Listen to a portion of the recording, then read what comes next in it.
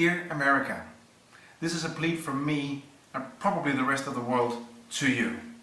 We cannot do this alone. We really, literally cannot do this alone. We need you on board. Yesterday, you left the Paris Climate Accord, and that meant that the second most polluting country in the world left that agreement. Probably the most important agreement made in modern days. Now, I know that you left it because, as Donald Trump said, it's an unfair deal. It's unfair for us. Well, not for us, but for you.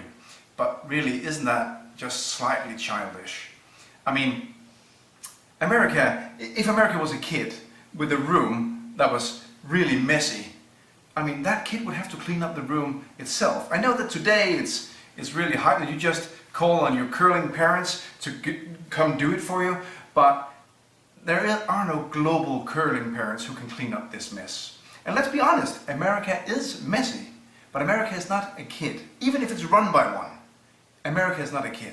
America has to take responsibility and join the rest of us in preventing this major clusterfuck we're headed towards. Now, without going into too many details about the deal itself or why this is an unfair deal apparently for you, let me just talk to you, two world citizens, me to you, about the situation, because honestly we have a serious problem. We really have a serious problem here, and we need to do something about it. Currently, it's like we're on this ship. We're on this ship and we're taking in water massively. And everyone's been given a bucket, and everyone is expected to start bailing water out the boat. However, suddenly one guy sets down his bucket, crosses his arms and says, no, we're not going to do any bailing here. We're not going to take water out the boat, because we have seen others around here and they're not pulling their weight. Unfortunately, if it was just one guy, but it's not just one guy, it's a very important guy who will have huge impact on whether or not this particular ship actually reaches shore, or if it goes down between here where we are currently and the very near future. Now, I don't know if Trump is an able seaman. I really do not know that. I don't know if he is the best sailor that ever lived, but what I do know is that he's never been on this particular ship. He has never sailed these particular seas. He has never been here. He has no experience here.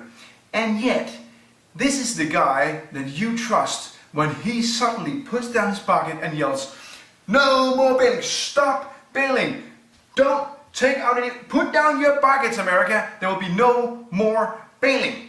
We have seen, as I said, we have seen what these guys are doing, and especially, just between you and me, the Asians over there, they're not pulling their weight. No. They're not doing what they're supposed to do. At least they're not doing it at the same pace as I think that they should be doing it. So stop bailing. There shall be no more tossing of water back into the sea. Stop it. Now, fortunately, on a ship like this, there are able seamen. There are sailors who have been sailing these seas for years and years. Fortunately, there are people with experience and knowledge and insight to give good advice in situations like this. So obviously, a person like that would say, oh, but, sir, please, if you stop bailing water out the boat now, that means that the boat will surely sink and we are all gonna die. No, he shouts, no, we don't have to do anything. I am here to make America great again. I don't give a rat's ass about this sinking ship. Now, I am Trump, and I am standing my American ground. I mean, when life gives me lemons, I will squirt them right in the eyes of my enemies. I am here to serve Pittsburgh, not Paris. At least from our standpoint here in Europe, that's pretty much what's being said. And he doesn't stop there. He just continues. And by the way, while you bitches are crying about our lack of bailing water, keep in mind that we are not the only ones. We're not the only ones, because there are other smart people out there, smart like me. Just look at Syria, look at Nicaragua. Two very, very well-working, well-functioning countries that knows this shit. They have it down. They know exactly what they're doing because they're smart like me. And see now, even though A lot of good advice will be given here, like, but Mr. President, the water is rapidly getting into the ship. I mean, your ballsack is literally touching the water. We are going down. No, we're gonna stop shoveling because I love the American people, I love the American worker, and I am fighting for the forgotten men and women.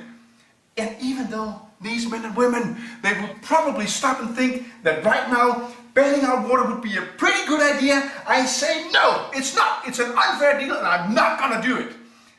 That just doesn't work like that, Mr. Trump. I'm sorry, it doesn't work like that. And while the rest of us are now bailing water to try and keep this ship afloat, there's this one guy, this businessman who thinks, hey, I have been rich ever since my daddy made me rich, and I'm gonna keep being rich because I'm an opportunist. What I'm seeing here, you see a sinking ship.